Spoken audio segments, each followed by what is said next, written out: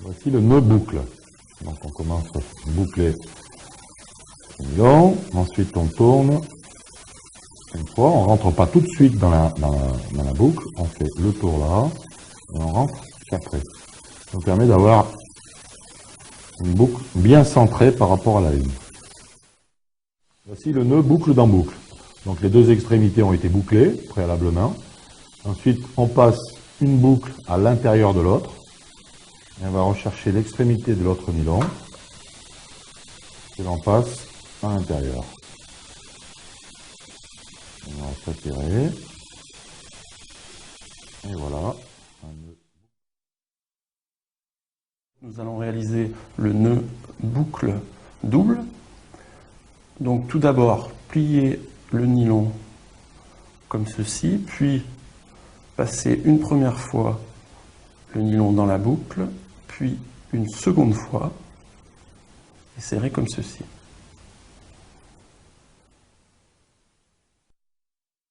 Voici le nœud d'hameçon à palette. Je fais une boucle sur le fil que je place sur l'hameçon. J'enroule le petit bout en direction de la palette. Je fais environ 10 tours. Là, je vais vous en faire 5. Ça suffira pour l'exemple. Je place l'extrémité dans la boucle et je serre le nœud. Le fil devant être placé sous la palette pour éviter que celui-ci se coupe. Voici le nœud d'hameçon à palette à mouvement en 8. Tout d'abord, confectionner un cercle avec le nylon, comme ceci. Disposer la hampe de l'hameçon sur les deux nylons.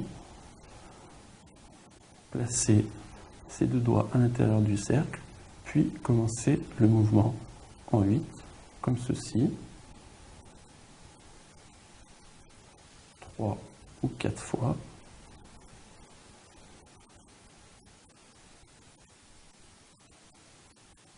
Puis serrer d'un côté.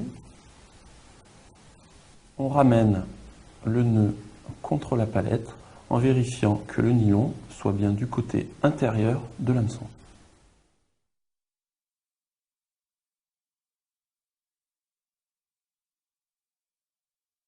Voici le nœud d'hameçon à palette discret. Je fais une boucle sur le fil que je place sur l'hameçon et ensuite je viens torsader l'extrémité du fil en direction de la pointe de l'hameçon. Je fais normalement une dizaine de tours. Là, je vous en saurai gré pour l'image. Je passe l'extrémité dans la boucle et ensuite je serre le nœud en prenant garde que le fil passe sous la palette. Voici le nœud universel simple ou nœud d'aboutage. Vous avez les deux extrémités de chaque nylon. Faites une première boucle. Vous tournez 4 fois environ à l'intérieur de la boucle. Voici. Et vous faites légèrement tendre. Ensuite, l'autre partie. Faites exactement la même chose. Une fois, deux fois, trois fois, on repasse à l'intérieur et on serre aussi. Voilà. Ensuite, on prend les deux extrémités et on tire les deux nœuds l'un contre l'autre. Nous allons réaliser ici le nœud baril, qui consiste à raccorder deux fils de différents diamètres l'un dans l'autre. Donc vous passez, vous faites 4-5 tours, voilà, en faire 5 d'un nylon sur l'autre, vous le ramenez dans le trou de départ, dans ce sens. Avec l'autre fil, vous faites pareil de l'autre côté. Et simplement, au moment de ramener dans le trou du milieu, on le fait dans l'autre sens. Une fois que ces deux boucles sont réalisées, vous humectez bien les deux côtés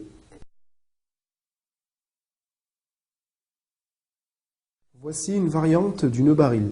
Donc pour faire cela, il va vous falloir raccorder les deux nylons donc de cette manière, en faisant tout simplement une boucle.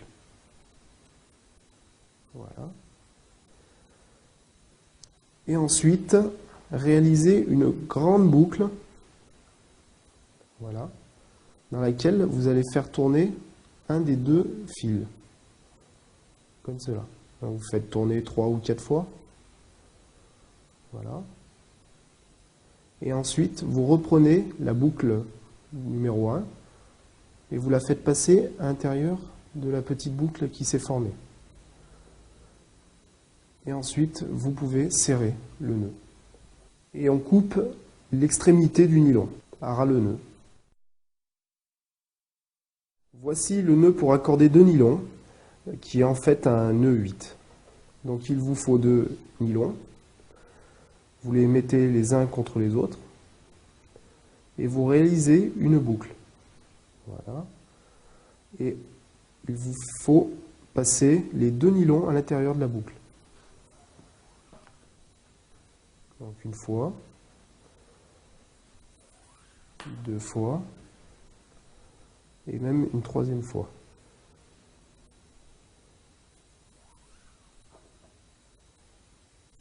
Voilà. Une fois que ceci est fait, toujours humecter le nylon avant de resserrer le nœud. Et donc après, vous serrez votre nœud. Voici le nœud palomar. Donc on a préalablement doublé la ligne. On passe à l'intérieur de l'œillet.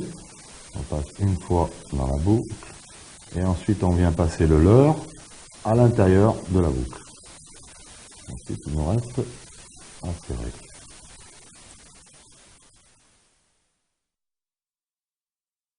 Voici le nœud chirurgien qui va nous permettre de raccorder une mouche au bas de ligne. Nous allons imaginer que le ciseau est une mouche et le nylon qui est ici en vert. Alors il vous suffit de passer donc le nylon dans l'œillet et de mettre la mouche en attente. Donc nous allons réaliser une boucle avec le nylon. Voilà, une boucle ainsi. Et faire passer la pointe du bas de ligne 3 fois dans cette boucle. Voilà. Ceci étant fait, il suffit de ramener la mouche, donc le ciseau, et de le passer à l'intérieur de la boucle. Tout simplement. Et ensuite, toujours humecter le nylon et resserrer ce nœud. Et le faire coulisser jusqu'à l'œillet. Voici le nœud de potence. Je fais une boucle au fil et je viens torsader ce fil autour du premier. Je fais environ 2 ou 3 tours. Je viens passer l'autre extrémité de la boucle dans ce trou et je tends le fil en tirant sur les 2 extrémités.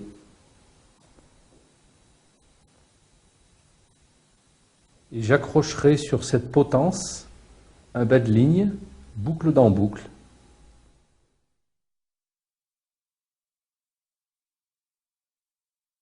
Voici le nœud du pendu. Je passe l'extrémité du fil dans l'anneau de mon leurre. Je réalise une boucle.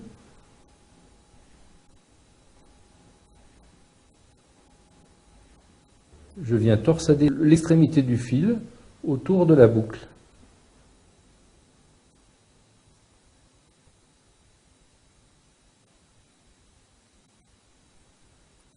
Après avoir fait plusieurs tours, je viens tirer sur le fil pour serrer le nœud.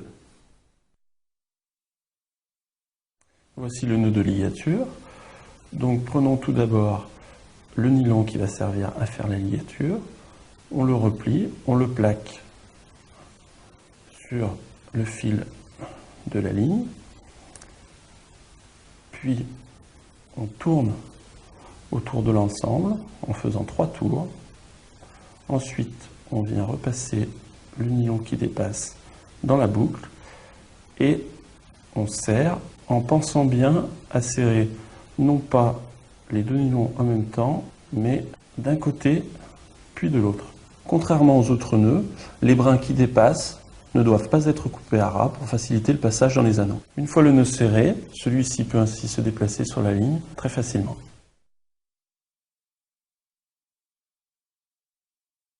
Voici le nœud d'arrêt que je vais réaliser sur un corps de ligne à l'aide d'un petit morceau de nylon d'un diamètre sensiblement égal au corps de ligne. Je viens faire une boucle sur le corps de ligne, j'entoure l'extrémité de cette boucle autour de la boucle et du corps de ligne par plusieurs tours. J'introduis l'extrémité du fil dans la boucle et je n'ai plus qu'à serrer.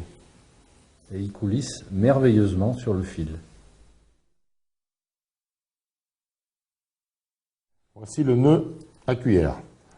Donc on prend le corps de ligne, on le passe une fois, deux fois dans l'anneau de la cuillère, et ensuite on tourne 3 ou 4 fois autour du nylon. Et on repasse l'extrémité dans la boucle. Voilà. Et ensuite on serre. Voici le nœud à cuillère double. On a tout simplement doublé le nylon.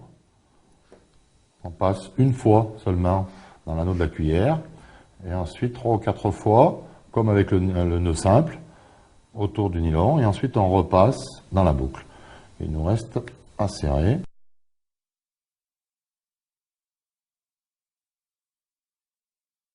Alors, le nœud pour accorder un émerillon, tout simplement, on passe une fois,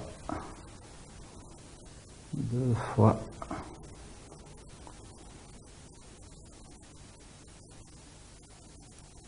voilà. Une fois que vous avez bien plaqué les deux nœuds comme ça, vous faites une boucle. Et dans cette boucle, on passe une fois, deux fois, trois fois. Là, avec ça, et on tire. Voici le nœud d'arraché. Donc il faut tout d'abord torsader les nylons de tailles différentes comme ceci, puis refaire la même opération en haut, en respectant le même nombre de tours, et ensuite serrer les 4 nylons en même temps et de façon synchro. Voici le nœud de guide. Donc on a préalablement fait un nœud classique sur la ligne. Ensuite on vient passer l'extrémité de la ligne dans l'œillet. On repasse cette extrémité dans le premier nœud que l'on a fait. Et on fait un second nœud tout simple.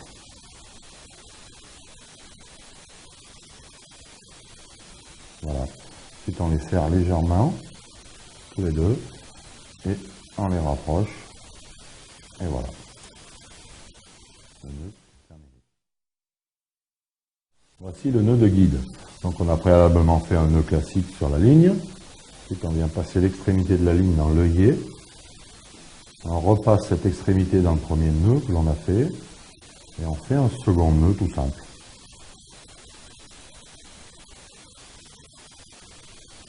Voilà. Ensuite on les serre légèrement, tous les deux. Et on les rapproche. Et voilà. Le nœud. Voici le nœud à poisson nageur. Donc on a préalablement fait une boucle sur la ligne. On passe ensuite dans l'œillet du poisson nageur. On repasse dans cette première boucle. On tourne 3 ou 4 fois autour de la ligne.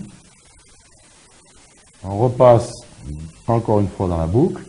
Et on revient à l'intérieur. Et ensuite on n'a plus qu'à serrer.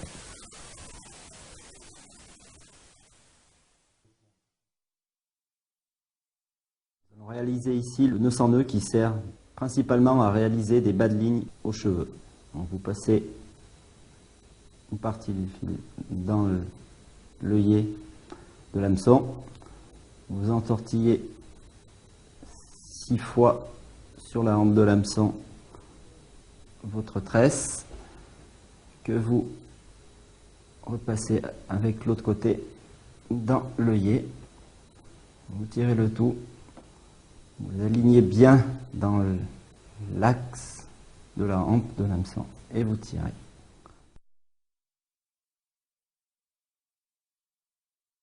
Voici le nœud coulissant pour mouliner. Je réalise un nœud de blocage au bout de mon corps de ligne.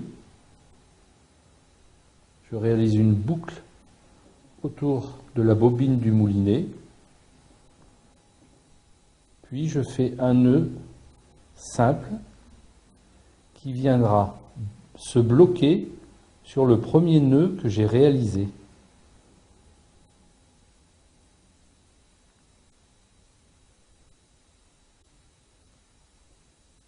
Et ce nœud est donc coulissant, je le serre. Voici le nœud pour accorder l'accroche-ligne à l'élastique intérieur. Tout d'abord, passer le capuchon protecteur sur l'élastique, comme ceci. Ensuite, l'élastique dans le crochet, faire une boucle simple,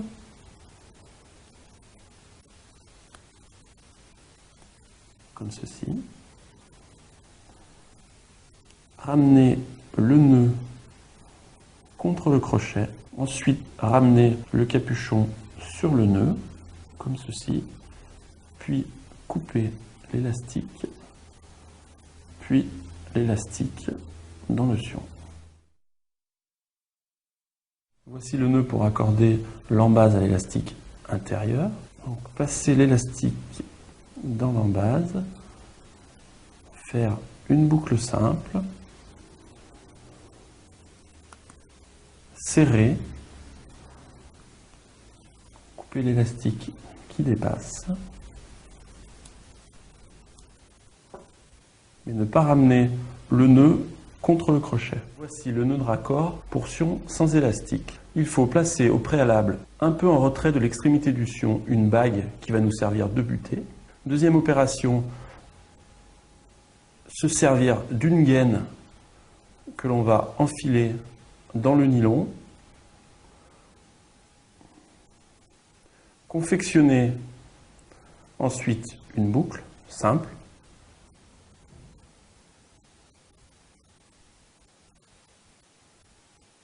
puis faire une sorte de nœud coulant, comme ceci,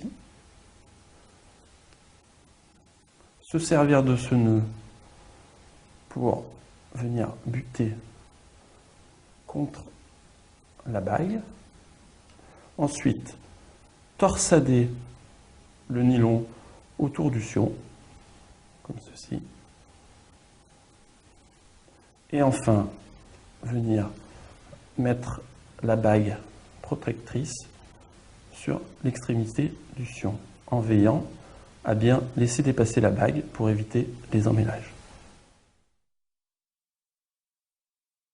Nous allons réaliser le nœud à l'aiguille pour relier la soie au bas de ligne. Alors pour faire cela, on va avoir besoin d'une aiguille qui va nous permettre de créer un trou à l'extrémité du bout de la soie.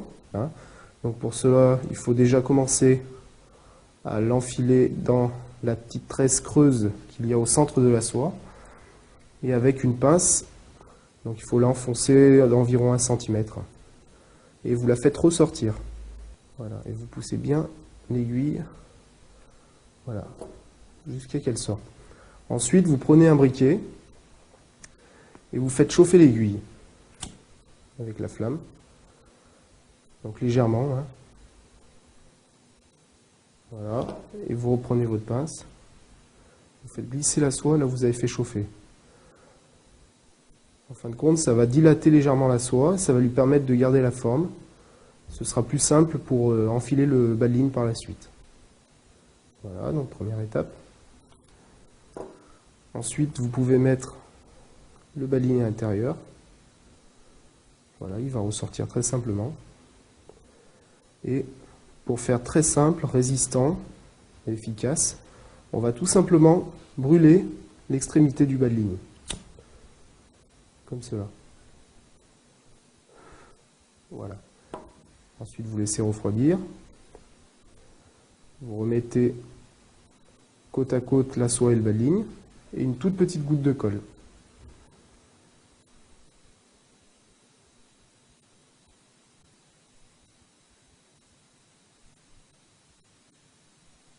Voilà. Et le montage est réalisé. Voici le nœud de raccord, soit bas de ligne. Alors, tout simplement, nous allons repercer avec une aiguille la soie sur environ 1 cm. Donc, il suffit toujours d'utiliser cette aiguille, ainsi qu'une pince, et de l'aider à pénétrer à l'intérieur. Une fois que l'aiguille ressort, nous prenons le briquet, nous allons chauffer l'aiguille très légèrement, et ensuite, à l'aide de la pince, on repousse l'aiguille sur la soie pour lui permettre de se dilater et de garder la forme. Ce sera plus simple pour enfiler le bas de ligne à l'intérieur. Voilà. Donc ensuite, nous prenons le bas de ligne et on le fait pénétrer dans la soie. Voilà, il ressort. Et nous allons réaliser le nœud de raccord, soit bas de ligne. Donc en fait, c'est un peu le procédé d'un nœud d'hameçon. Hein. Voilà. Donc il suffit de faire une boucle. Une fois que le nylon est ressorti, on fait une boucle et on fait tourner autour du nylon et de la soie. Donc on va faire tourner 3 ou 4 fois. Voilà. Une fois que c'est fait, on repasse dans la boucle. Et là, on resserre. Donc il faut toujours humidifier les nœuds. C'est le nœud qui permet d'attacher une bouillette flottante. Alors, vous faites une petite boucle par-dessus une grande boucle. Ici, vous venez passer 1, 2, 3, 4 fois le fil. Vous faites revenir la petite boucle sans trop serrer pour l'instant. Vous mettez votre bouillette flottante et vous tirez. Voici le nœud de ligature de canne. Il vous faut 2 fils pour réaliser cela. Un petit fil qui va nous permettre tout simplement d'emprisonner le fil de ligature à la fin et le fil de ligature. Donc pour cela, il vous faut tout simplement bloquer le nylon sur la canne et faire tourner ce fil autour. Ensuite, en gardant le fil bien tendu, emprisonnez toujours le même fil et commencez à faire tourner la canne ou l'objet que vous voulez ligaturer. Donc en spire jointive, vous avancez. Dès que vous estimez que la ligature est assez longue ou qu'elle a emprisonné l'objet que vous désirez, vous pouvez vous servir de l'autre morceau de fil. Donc de cette manière, en fait, il va falloir le coincer aussi en gardant le fil tendu, voilà, et en continuant de réaliser sa ligature. Ce blocage, il faudra le réaliser sur environ 1,5 cm, sur une ligature réelle. Voilà. La ligature étant finie, nous allons pouvoir réaliser le blocage. Donc il vous suffit de couper le nylon et de le passer dans la boucle.